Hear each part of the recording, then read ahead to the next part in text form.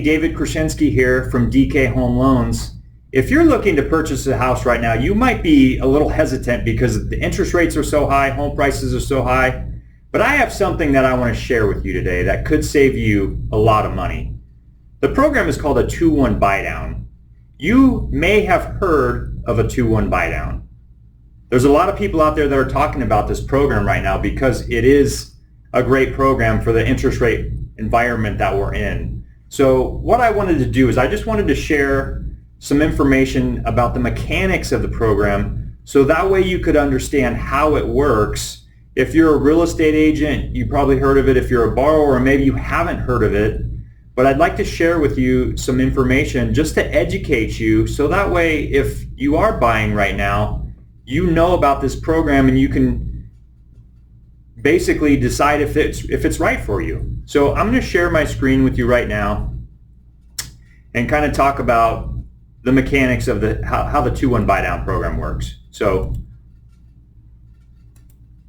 what are the benefits to the 2-1 Buydown? Well, first of all, what is it? Basically, it's where you start off with an interest rate that is 2% lower than the note rate. So let me give you an example of that. The note rate is 7%. That's kind of where rates are at right now. You would start off with an interest rate of 5% for the first year. Then you would jump to 6% the second year. Then the third year you would be at 7%, and for the rest of the life of the loan, your note rate, which is 7%, will continue at 7%. That's where rates are at right now.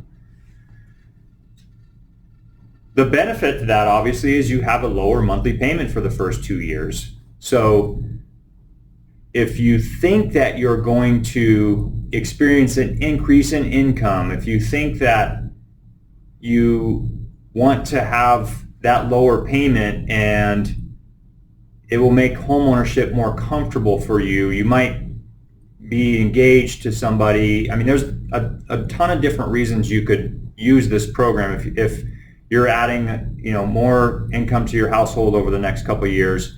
Now, this isn't a program that's going to get you into a house based on the low rate. You're going to still qualify with the higher interest rate. So it's not a program that's meant to get you into a house and then you're going to be like, oh my God, Dave, I can't make this payment. What do I do now? You're qualifying with the 7% note rate. So if you go, what you want to avoid is going out after the fact and acquiring additional debt after closing. This isn't that type of program. It's not meant to get people into houses they can't qualify for. This is meant to get you into a house and make it comfortable for you and your family when you buy your first home, or you think rates are going to go down, or some event that's going to help you in the future. So this program is available for conventional FHA and VA loans. And the only caveat to that is it's really not available for conventional investment property purchases at this time. So if you're looking to buy an investment property, this is not the program for you. This is only for primary residence, second homes, FHA and VA. So let's get right into it. Let's take a look at an example. $500,000 for the sales price. You're putting 5% down as a borrower, so your loan amount is $475,000. You don't have to have a 740 FICO score. That's not the requirement. This is just for this particular example. So year one, that's going to put your interest rate at 4.92. Okay? That means your note rate is going to be 6.92. The monthly payment, which does not include principal, or does not include property taxes, mortgage insurance, and homeowners insurance, this is just principal and interest, would be $2,526. That is a $607 per month savings from that 6.92% note rate. Year two, your principal and interest payment is $2,823 because your interest rate bumps up 1%. So that's still a savings of $311 per month, which is huge. I mean, just a savings of $311 is huge, let alone $600. So year three, this is where the loan finishes out. This is your note rate, 6.92%. And that principal and interest payment is $31.34. So you can see the real savings that's involved in there. And so a lot of people will say, Dave, this sounds like a great program, but do I need to do anything special when I'm writing an offer for my client. If you're a real estate agent or if you're a borrower, you want to know, is there anything I need to know about? Because it's very important when you're negotiating the contract, where is this money coming from? How do I get this lower payment? What do I need to do? So what I would say is, before writing the contract, have your real estate agent call your lender. If we're your lender, obviously you call us. But you want to call the lender and you want to find out, how much do I need in seller concessions to make this program work for my client? The only way this program works right now is if the seller pays for it. So the borrower and the real estate agent can't pay for this program right now. That could change in the future, but as of right now, as of the time I'm recording this video, the borrower and the real estate cannot pay for this program. So you want to be aware of that. And the reason that we want you to call is because in this scenario that I went through before, the cost of that buy down is $11,030.52. Now, if you're a real estate agent, you know that you're out there writing contracts on the weekends sometimes late at night. So why we tell people to call is because we would not want you to write that exact amount in your contract. And the reason being is that if there's rate volatility in between the time you write the contract and when the seller accepts it, it could actually harm the buyer if they can't use the program. So let's just say hypothetically you write the contract and say seller to contribute $11,030.52. Well, if there's market volatility and rates go from 6.92 to 6.97, that means the buy down could cost an extra couple $100, meaning that if you only got the $11,030, it's going to be difficult to go back and renegotiate how much the seller has to pay, because they will not want to do that. So we normally encourage our clients, hey, if it's going to cost you $11,030, have your real estate agent ask for $11,500, just so that way you're protected if there's market volatility between the time that your contract gets accepted and your loan rate gets locked. Because if you're writing a contract on the weekends, you can lock a rate with certain lenders, but just to put the caveat out there, some lenders will not lock a rate on the weekend. You know, we can, but some lenders can't. So I don't want you to be in a situation where you have to go back and open up negotiations on a purchase contract.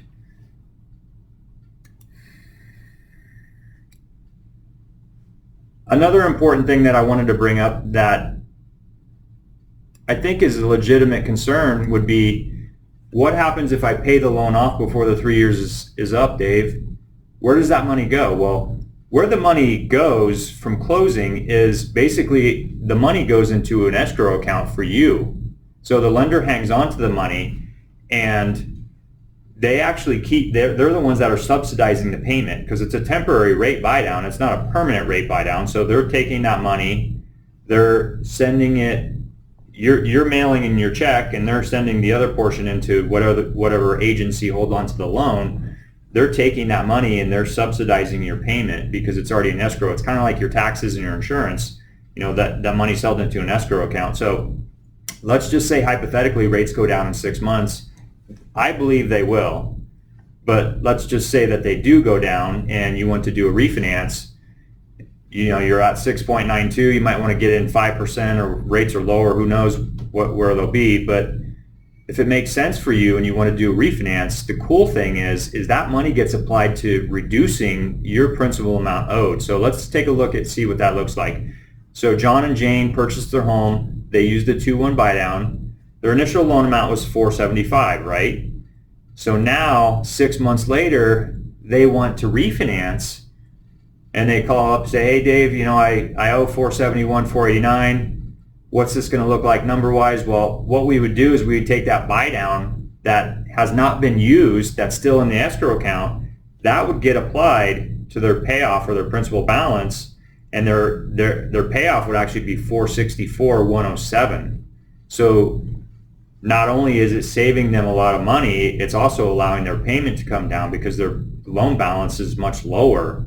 So it's a great, great tool. The money doesn't just go away. It doesn't vanish. You want to check with your lender on that to make sure, but the money doesn't go away. It's still there. It's still being utilized by the borrower. So it's a great tool. It's actually would probably eat up most of the refinance cost that the lender charges to do the refinance. And if you sold it, I would also lower your principal balance. I mean, most people are not going to sell in 6 months unless there was some unforeseen circumstance, but it's a great thing. And so a lot of people are nervous out there. You know, they are concerned about where the rates are. So let me just mention a couple things about rates here. You know, we look at rates on a daily basis. We subscribe to industry experts that are much smarter than I am.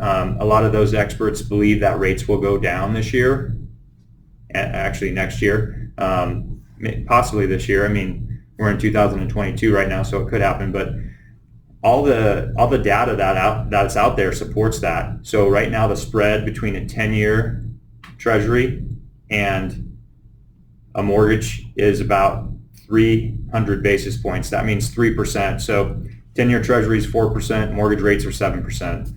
Historically, it's only ever been about 175 to 200 basis points. So just that fact alone would say that either mortgage rates are too high or treasuries are too low. So if you have a 3% spread in there, you would think that mortgage rates would come down to 6%.